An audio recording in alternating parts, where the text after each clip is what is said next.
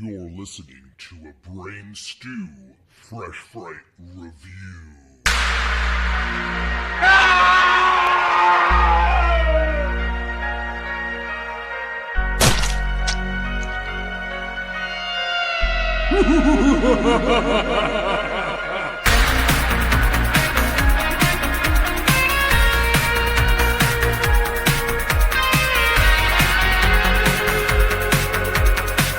What's up, creeps? Welcome to an epic film, guys. Fresh Fright mini-sode.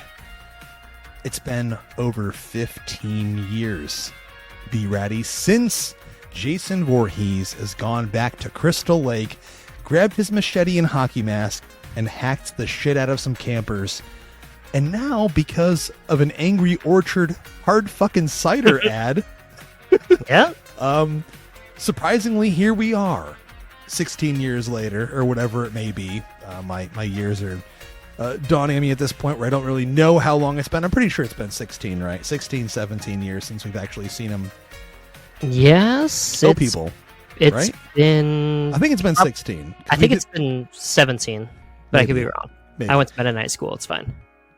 Yeah, I'm terrible at math. So here we are, 2025. Yes, the Angry Orchard hard cider. The Jason universe is upon us, whether we like it or not. We have our new Crystal Lake series that is being filmed right now in Blairstown, mind you, one of our favorite spots to hang out in via A24, and lots is happening. So I will say this right off the bat, and yes, I am Justin, by the way, or if you can call me this if you want to. I'm the man behind the mask, and maybe Brady, I'm kind of out of control. Yeah, I would say I was gonna follow it up with he's out of control. Probably a little bit. And I'm Probably. BluBrry, the man without a mask. Yeah. Without a mask. I had the Jason mask on. I thought I could do the whole episode with it. It's not possible. You just want to hear me going. I'll sound like fucking Bane from The Dark Knight Rises. And I know some of you want to hear me do that, but it just, no. I mean, Jason doesn't talk through the mask, so we don't need to hear me talking through a mask either.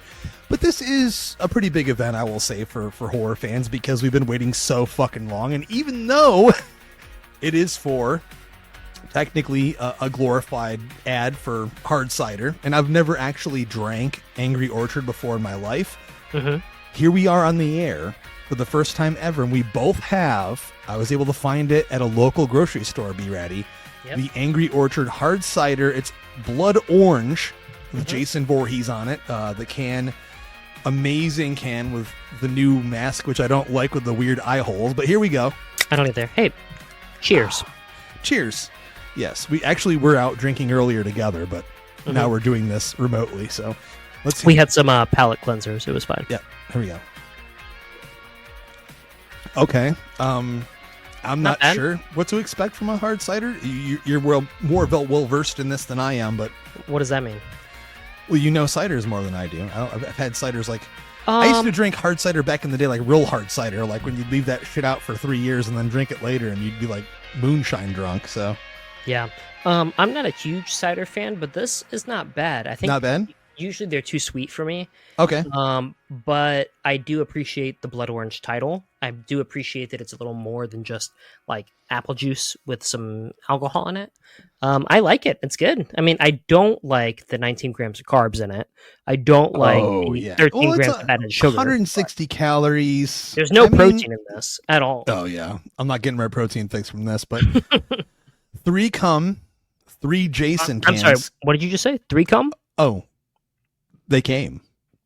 Oh, all right. Although 3 Jason cans come in the 12 pack, if you will, which I have sitting next to me, the Thriller pack, which wasn't that hard to find here in bumfuck Winchester. I thought I was going to have to spend the whole weekend finding this just so we could talk about Sweet Revenge, which is the short film that is directly connected to this drink.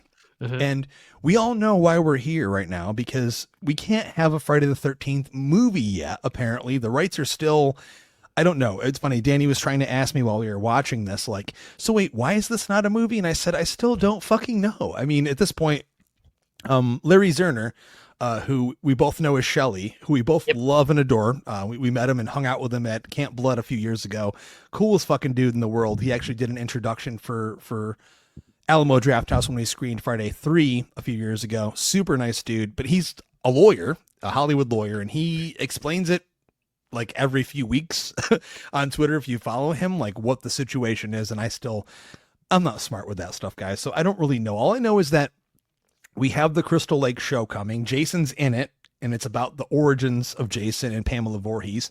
And we have this short that's promoting this cider. So we're going to be talking about it. But they did get a real director, be ready, to direct this segment. And that's Mike P. Nelson, who directed a segment from VHS 85. He did the Wrong Turn remake, I believe, and a few other things. So this is not like a guy unknown to the franchise. Clearly, if he did a Wrong Turn movie, he's a fan of Friday the 13th, right? You kind of have to be. Right. I was going to say, maybe we don't say he's a great director, because I have a lot of thoughts about that last Wrong Turn movie. But anyways. I know. Well, they weren't going to get like a Ty West. And this is something I'm going to bring up later on in this. But so going into this, before we go any further, this is going to be a mini-sode. It's not a full movie. It's a 15-minute, and you were right, 28 fucking seconds with the credits. So it's probably like 14 something minutes without the credits. Yeah. Maybe even less than that, of actual footage of a Friday the 13th thing with Jason Voorhees. And we get even less of Jason in that, which makes sense because in the movies, Jason is a force of nature and pops in whenever he feels like it. He's not in every fucking frame of the movie, if you're a big fan of the franchise. But going into this, knowing this was happening, were you excited at all? Yeah, I mean, I liked when Never Hike Alone came out. I thought that was absolutely. Really good. Yeah. And as a huge and probably the resident Jason fan on this podcast, like I know you love it too, but like between the three we both of us, have Jason tattoos. Yeah, I think any time that we get anything over the past fucking 16 years of Jason that was done well and not just somebody shooting it in their backyard, I was like, man, I'm here for it. So when this came out, I was like, all right, well, they're partnering with Angry Cider and it's a different avenue. Like it's interesting that it's more of like an advertisement than an actual movie. But I was here for it, man. Like I didn't see anything really about it beforehand, but with Mike P. Nelson attached, like anytime you get somebody who's already done a horror film, whether it's received well or not, like there's a little bit of oomph to it. So I was pretty stoked. Given the challenge, I think any horror director that's done anything notable, I mean, I'm pretty sure at least people did see VHS 85. People did see the Wrong Turn remake. He's done other stuff, but I mean, going into that, you kind of know, man. I think any horror filmmaker, most of them at least, has some kind of love for the Friday the 13th franchise because it's a huge part of all of our childhoods. So many of us grew up, not you at all, but so many of us. That's not that are not you. I went through my 20s with it. Yeah. Growing up in the, going to the video store and renting Friday the 13th movies on Friday nights, eating pizza and fucking smoking weed and drinking your dad's Busch Light that was hidden in the back of the fridge that made you throw up or whatever. But fucking Milwaukee's best. Oh, well, actually, I said bottle Busch of Light, Beast. It would have been Old Milwaukee, actually. Ooh. Oh God, Old Swill Water. But to me, it's near and dear to my heart. I just want to see this franchise go. And how long? I mean, dude, we've seen a bunch of Halloween movies. We've seen all these other franchises come back. Freddy and Jason, arguably, aside from Michael Myers, the two biggest titans in the history of horror movies have not made a return, even though both of their respective remakes did really fucking well, insanely well at the box office. So here we are. We've talked about the Friday the 13th remake in the past. We are going to be talking about the Nightmare on Elm Street remake soon, hopefully in the next couple months, because the Nightmare on Elm Street 4K box set's coming out. So we have lots to talk about when it comes to that. But so it is technically a fan film in a way. And you mentioned Never Hike Alone, which both of those are really good for fan films. And I saw the filmmakers of those got to actually attend like the quasi premiere of this. And the first, I guess, little Easter egg we got for this was the new mask or the new look of Jason. And I agree with the majority. I thought the mask fucking sucked. Yeah. They changed the mask eye holes to being like this weird square thing. And I guess Greg Nicotero didn't design it, but his team had a say in it. And we know what happens when he does a slasher movie mask. Halloween 5. Halloween H2O. I would also say too, like the mask threw me off, but also like didn't this Jason seem kind of small? Oh, he's way too small. I was like, a 5'9" Jason, as a short king, a 5'9" Jason cannot be chasing somebody and being scary. I think I was looking at the stats of who the smallest Jason was, and I believe it was Warrington Gillette, and he was 5'10", if I'm not wrong. Well, I mean, fucking Richard Brooker was like 6'1". Yeah, he was. 6'2". But I'll say this, though. I'm glad you mentioned him because we're getting a little ahead of ourselves, but there's not that much to cover on this. But he actually felt the most to me like a Richard Brooker Jason. He didn't feel like Ted White. He definitely didn't feel like fucking Derek Mears or Kane Hodder or even CJ Graham. He felt like a dude that they put a costume on and they were like, hey, do this. He did a couple of things. There's some nuances with the character that I felt like Jason enough. I'll come out on a limb here and say that, like, my initial thoughts on this thing were, yes, people are being extremely harsh on this. Yes, I'm upset that the first time we see Jason in 16 years is a fucking ad for a Angry Orchard cider, which is something I never even drink. I mean, it got me to buy it, right? So I guess it's doing his job right because, hey, we put the mask on a can. They'll buy that shit. And I shit you not, B-Ratty, there was only one pack of this left in the grocery store because people are buying it. People want it. Let me ask you this. I think we should do this for our fans before we really get started. We should, on the count of 3, say what our favorite movie in the franchise is. Okay. Count it down. So I'm going to count from 3, 2, 1, and after 1, we say what it is. Okay. Are you ready? Ready. All right. 3, 2, 1. The final chapter. That's no surprise. But no, I mean, Mike P. What's Nelson your number 2, though? For me, number 2 is probably part 2. For me, it's Jason Lives. And then number 2 would be after that, probably. Well, after my third is probably Jason Lives. Okay. So we're right there. Not that much off. Yeah. There's a little leeway there. I would also say, Mike P. Nelson is getting a lot of notoriety now because he's also doing the upcoming Silent Night, Deadly Night remake. That's right. And the teaser for that looked actually very promising. Yeah. So this is some good publicity for him. I think, as much as I hate, like you said, that we're getting our first real Jason thing is an Angry Orchard cider ad. I'm happy that he's getting some work in terms of Mike P. Nelson, but also give it something, give it some credence. Like maybe this will kind of spur it along. Like we're getting all this Jason news. It feels like in the past 2 years, but let's actually do something with it. Sure. And like I said, I mean, the basis of what this is so, it's basic. It literally is like a group of teenagers arriving in Crystal Lake. It says Crystal Lake Camp. And they're just out there to like have a weekend or whatever. I'm doing the synopsis for you, by the way. Thank you. I noticed. First time ever. And we see like... For those who aren't listening, why don't you give it to us, Justin? I'm going to give it to you good and give it to you hard and give it to you with a big old machete through your fucking chest. Yeah, so they're out there. It's such a basic thing. I mean, the whole thing opens with Danny's favorite shot in the world. Like, here we go, an aerial drone shot over their car going into the woods, and we see a lake, and I'm like, whatever, it's fine. And it starts, I love the song, right? The song that opens the whole thing, it's a synthwave song. It's a synth pop song. I love the song. Have we ever heard anything like that in a Friday the 13th movie to start it off? No, not really, but it's fine. I get it. I know why you're using it. It didn't ruin anything for me. I meaning to look up the song to listen to it later because I did like the song.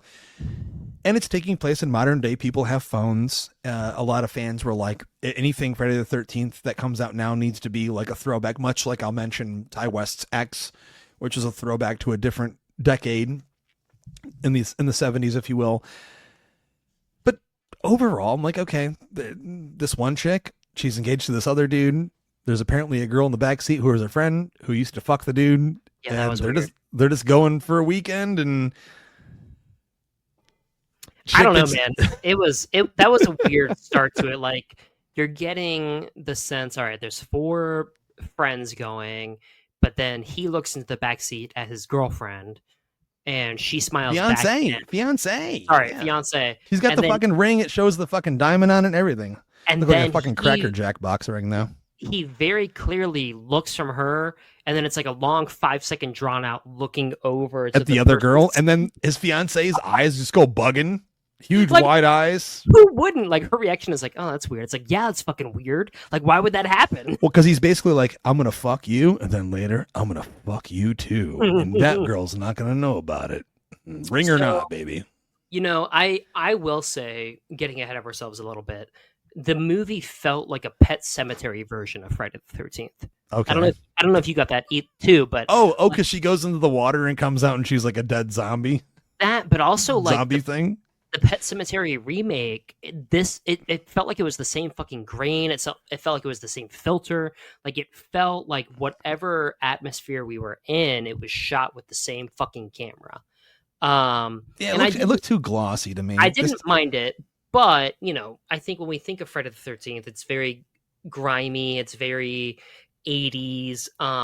But that, all that aside, they get to Camp Crystal Lake or wherever they're going, and they run into this guy who is like, you know, a neighbor, a farmhand, and he's supposed to be kind of like your red herring, right? Well, he owns the place, man. It's his place. He's renting. He's like the Airbnb owner guy, and he's also the ambassador for Angry Orchard because he has a whole big fucking bushel of apples. Like, hey, do you want a fresh apple? I mean, clearly I expected them to be drinking Angry Orchard throughout this thing. I was happy actually that only our main character we see her like sipping on it lightly here and there, but we don't see it all throughout. I think the character's name is Eve, played by, I'll never be able to say her name, Ali Lowendites. Close. Yeah, I think that's right. Yeah. There you go. Whatever. I can't even say it. There it is. So this Angry Orchard, thank you very much. Got me so tipsy. I can't even say the name of your lead final girl. Doing his trick there. But so they get there. The guy says his spooky thing. He's basically our surrogate Crazy Ralph. And I was like, cool, this is fine. And I also mentioned to Danny, I said, now eating apples is like a scary thing in horror movies where you crunch an apple really hard and you're supposed to like instantly be menacing. Yeah. I don't know, man. It's how far ahead are we getting in this right now? We can go wherever you want. I mean, so she offers up like to go with her fiance out in the water to swim. They just got there and instantly he's like, I'm going to go fishing with my buddy. I'm like, dude, this is your fiance. She mentions going down to the lake with no clothes on. Yep. Who the fuck, what dude says no to his fiance? So here's my other main issue. Like, when you think, when you and I talk about Friday the 13th all the fucking time, it's about the great kills, right? Especially final chapter. And what is great about these movies is they show the kill from the beginning, the middle, the end, right? 90% of these kills in this movie, you're not even seeing the full impact. Like, the first 4 bodies you see are all killed off screen, and you're just seeing the end result. And there's some gore there, sure, but when you actually get the kills too, it almost feels like it shies away from it. Like, there are some interesting ones, like when the boyfriend or the fiance gets the propeller to the face. I loved the shit out of it. That's a pure and that was good kill for sure. But everything else, I just kind of felt like, oh, you're like pulling away. This is like a PG-13 version of this movie. I wouldn't say that. I will comment on that. I think, and I mentioned this out loud while I was watching this, we've come a long way since Marcus Nispel's Friday the 13th remake. That movie was brutal for its time, absolutely. And we say this on the show all the time, Be Ready, that we've come a long way in terms of slasher gore.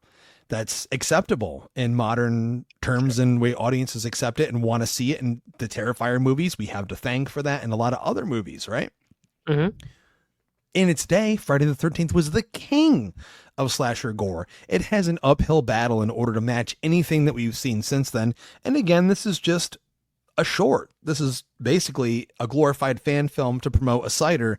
So I didn't hold it up to the same standards that I would a theatrical Friday the 13th or even the upcoming Crystal Lake show, which I assume will be gore heavy, but we don't really know yet, exactly what it's going to do. Sure. I know what you're saying.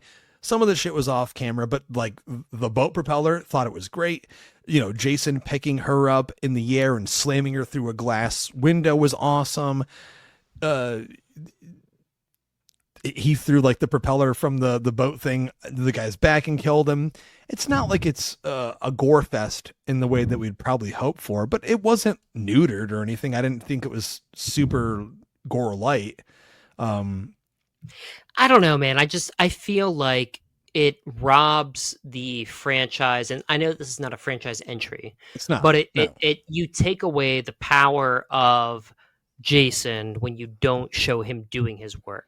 And I'm fine if you wanted to do a couple foreshadowing things, like where Eve is on the boat and it pans out to the people on the porch with their That was throats fine. That was fine. That's great. Yeah. That's cool. But everything else after that, like even the guy who owns the property, the Airbnb, like, you show up and he's got a fucking knife through the eye. I was like, oh, all right. Like, I still don't really know that this is a Jason film, and this is like fucking 10 minutes into Well, it. that felt like it was right at a Halloween 2 with the needle in the eye, or whatever it may be. So but when we didn't Jason, get to see it. When Jason, comes up and gets her from the boat, and then she appears, I was like, all right, are we going in a direction where she's like Tommy Jarvis, where she's like, dude, this is the question for you, him? my friend. So he comes up out of the water, which, by the way, scared the shit out of Danny. She goes, he's going to come up out of the water. And I go, yeah, he is. Still and then when he did, she jumped off the couch. I go, okay. Oh, so a Friday the 13th fan film basically can get you Still good. Get you. Yep. But she's under the water forever until it gets to be nighttime. Yeah. And then she walks out of the lake and she's dead. Where's the logic here?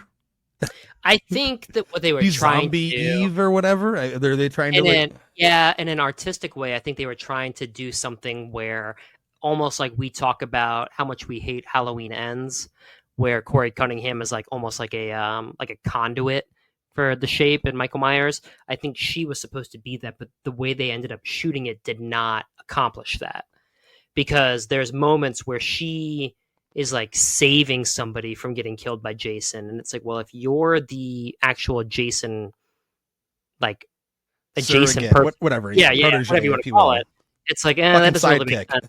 Yeah, so like I didn't really understand that. Also, all I could think of the entire time when Jason showed up was, oh my god, he's not a very imposing character. I kept thinking of, what is it, Tommy Boy, where he's like, he's a little guy. That's all I kept thinking of.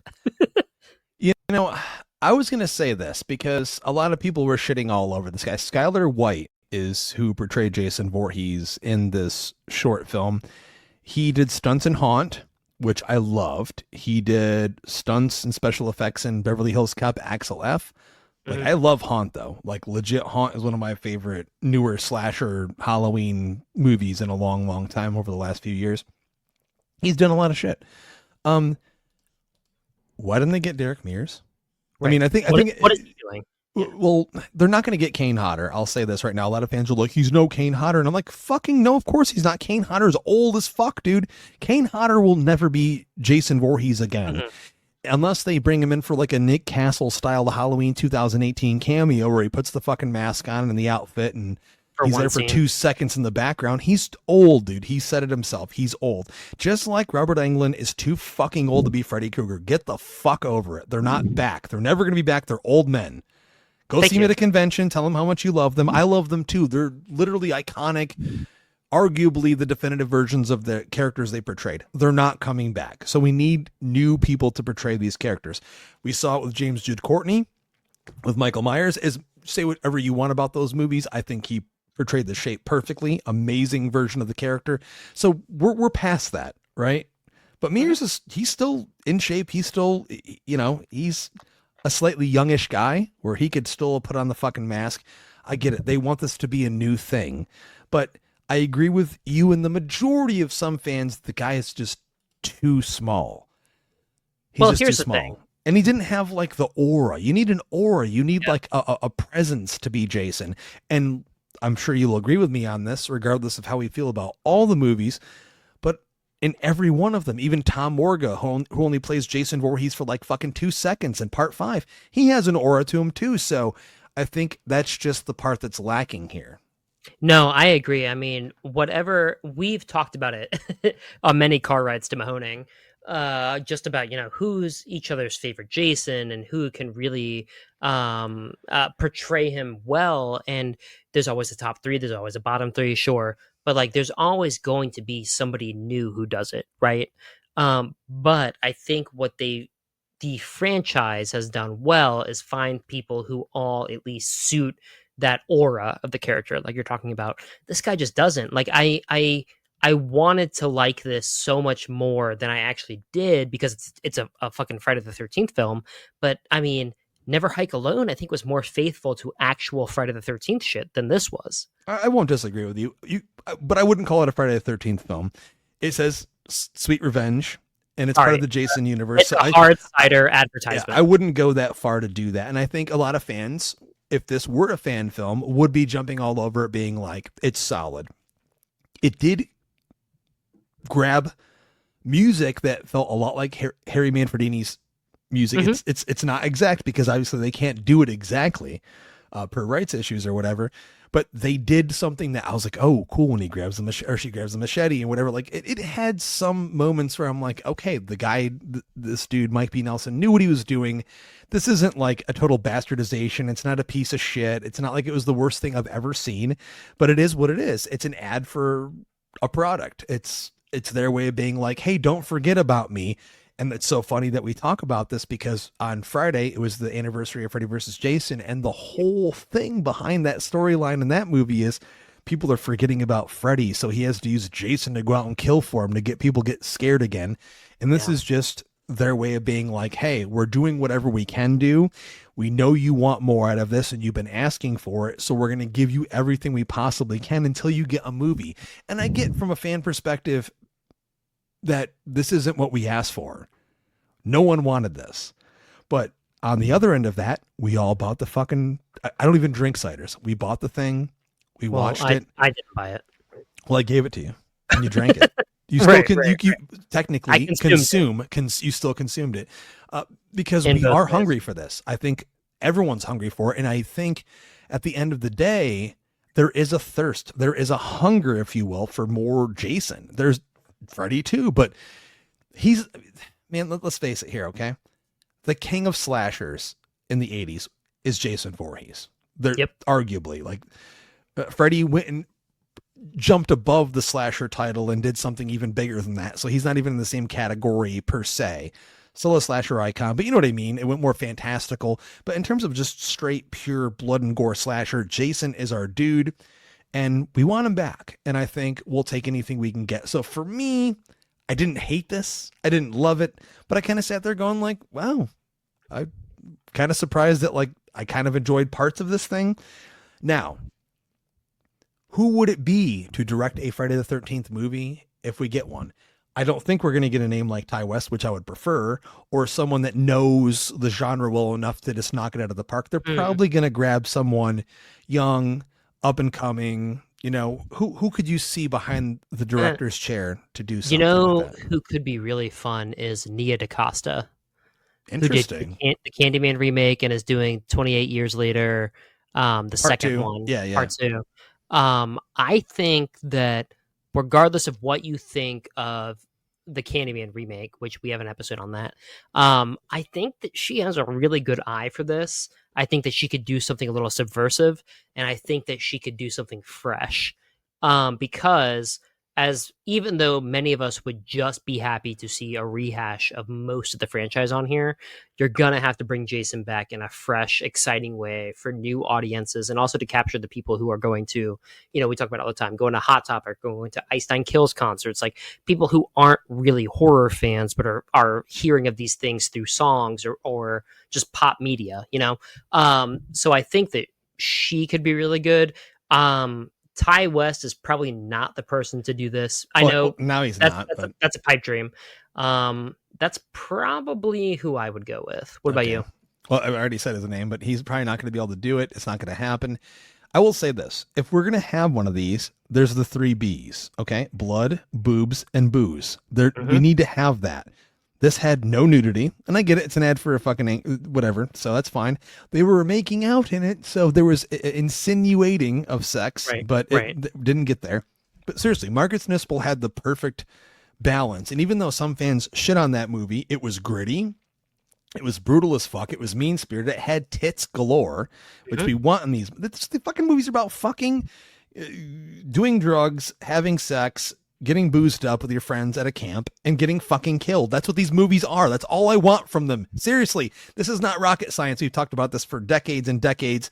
I don't want anything, seriously, I don't want any underlining theme in a Friday the 13th movie. I don't want anything like that's socially relevant in there that's like some huge message at the end. I just want like a good fucking slasher. Like this is at its core, bare bones, like A to Z rather, slasher. And that's what I want out of it. Like you think Sean Cunningham and the team behind the first one were like, yeah, this is a morality story. Fuck no, it's not. Of course, people are going to say they had sex, they did drugs, they got drunk, they got killed. Yes, you can say that in retrospect, but none of them were thinking that when they made that movie. They weren't. Yeah, you never know. I'm sure there was something in the unconscious bias that they had. Unconscious. Of what was going on in film at the time. Like, look at Sean Cunningham before that, with I Spit on Your Grave or Last House on the Left. Like, he just produced those, though. He was just involved. He didn't direct. That was all Wes Craven. And, look at what he's done lately. What is it, the Eddie Murphy? What have you done for me lately? But no, I agree. I don't need a Jason movie that is a huge social commentary film. That's my point. Exactly. And when I'm talking about Nia DaCosta, I just think that she can bring a fresh take to it that is something that is a little elevated. And I don't mean that in terms of like A24 elevated. You said that fucking word. I just mean like, hey, I could sit there and watch a Friday the 13th where it's just people going to a camp and doing whatever they want to do. I love the reboot from 2009 where all it is like a amalgamation of the first 4 films, But exactly. I would be interested to see something new. Like think going back to even part 5 where it wasn't Jason, it was fucking Roy. Yeah, but I don't want that though. Right. They have all right, so how about something we do like part 8, Jason Takes Manhattan.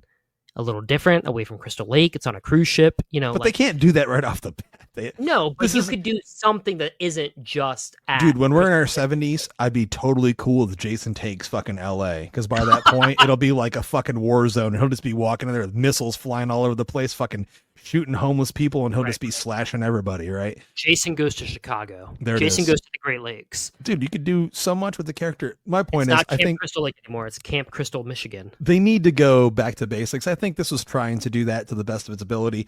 And I do say that I'm happy that it didn't annoy me because let's face it, the 80s is where Jason lives, right? Mm-hmm. Even if you look at through the 90s movies that he was in, Jason X, Jason Goes to Hell, mind you, whatever. But a lot of people are like, I don't want to see Jason with like cell phones out. And this did a good enough job with that. And I still, even though you didn't like it, I felt like In a Violent Nature did like the perfect version of what that movie could be. Not just stylistically with the camera work and in the first person or anything, but capturing that vibe with a modern sensibility and a modern location and time frame. Well, I would have liked it if they just called it Friday the 13th. Well, they couldn't do that. But again, right. So I digress. I think we're kind of there with this, and we are going to do it. Trash it or treasure it. So be ready. Are you going to trash or treasure Sweet Revenge, which is technically just a fucking ad for hard cider? Am I going to trash or treasure a commercial? Yes. A 15-minute commercial. The first time ever on this show. You know what? I think I'm probably being too harsh on it when I think I don't know. Are you? In terms of it being, I'm trying to compare this to my favorite films that were, 80 minutes or more, right? I think that they're, regardless of him being a short version of Jason, regardless of the mask issues, for 15 minutes, man, it held me, Yeah. I felt like I was in the moment. I felt that the gore was pretty good for, essentially a fan-made commercial. Although I don't know what they're doing with the ending, it seems like they're setting it up for potential things in the future. And hey, kudos to you. Overall, it was entertaining, man. I wasn't bored. Like I didn't turn it off. I didn't think that this was stupid. So for me, I mean, if you're a fan of Friday the 13th and you're like me and you were just hungry for you're jonesing, dude, out there, yeah, I would say that this is a win, man. So I'm going to treasure it. I think you should. And what is it? Like, if you don't like it, you wasted 14 fucking minutes and 23 seconds. Yeah. So go watch it, treasure it. I kind of agree with you. It's hard for me to trash this thing because you can see their heart is in the right place. It's them trying to do whatever they can with this. And yes, it is straight consumerism at its fucking worst, but I'm a consumer. And look what I did. I bought the cider. We drank it on the too. show. We are absolutely, like you said, be ready. We're hungry for this. We're salivating. We're fucking drooling for more Jason. I'm actually really excited about the show. I just want a new movie. And we all want a new movie. And I think a lot of fans' response to this is, well, this isn't the fucking movie I wanted. But if you look at the legalities of it, I kind of understand it to an extent. Like, we're not going to get that right now. So I'll take whatever I can get. And I do watch all the fan films. I watched the Never Hike Alone fan films, and they're fantastic for what they are. Kudos to them. They're huge fans. They do a great job with with whatever they're given and their budgets and stuff. But that's not what I want. I want a full-length feature Friday the 13th movie. And this is like, I guess, the next best thing to hold me over. I'm not sold on the whole, in air quotes, Jason universe. The logo sucks. It's like the ugliest thing I've ever seen. The new mask sucks. But I will say they hide it pretty well with the lighting in this. And they do their best at hiding the fact that this Jason has no aura at all.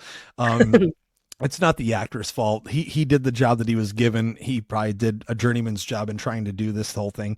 And I'm guaranteeing you fans out there listening that if they do cast a new Friday the 13th movie, he will not be Jason Voorhees. That's not going to happen. So if they do another one of these little ad things, cool. I'm totally down. I'll watch that shit. I'll enjoy it. And part of me is just speaking out of nostalgia. I'm going to treasure this thing because I'm just happy to see Jason back. He is the king of slashers from the 80s. Make no mistake. I'm a Michael Myers guy, dude. Absolutely. But Jason is the king, man. King Michael with the machete in hand. Myers is dead. So let's do this. Let's do this real quick. So we did our one at the count of 3, counting backwards. Let's say our least favorite Friday the 13th. All right.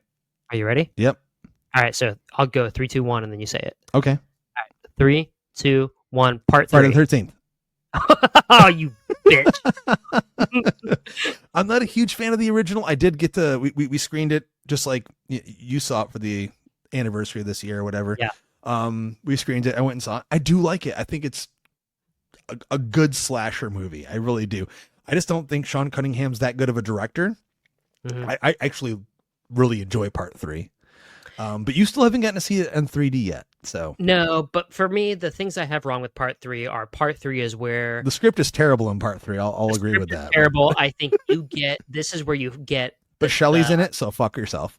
Fuck Shelley. The trends of characters who are just so unlikable. No. Andy's good. Like, no, come on. Where it starts, Andy deserved to die. No, they all not. deserve to die.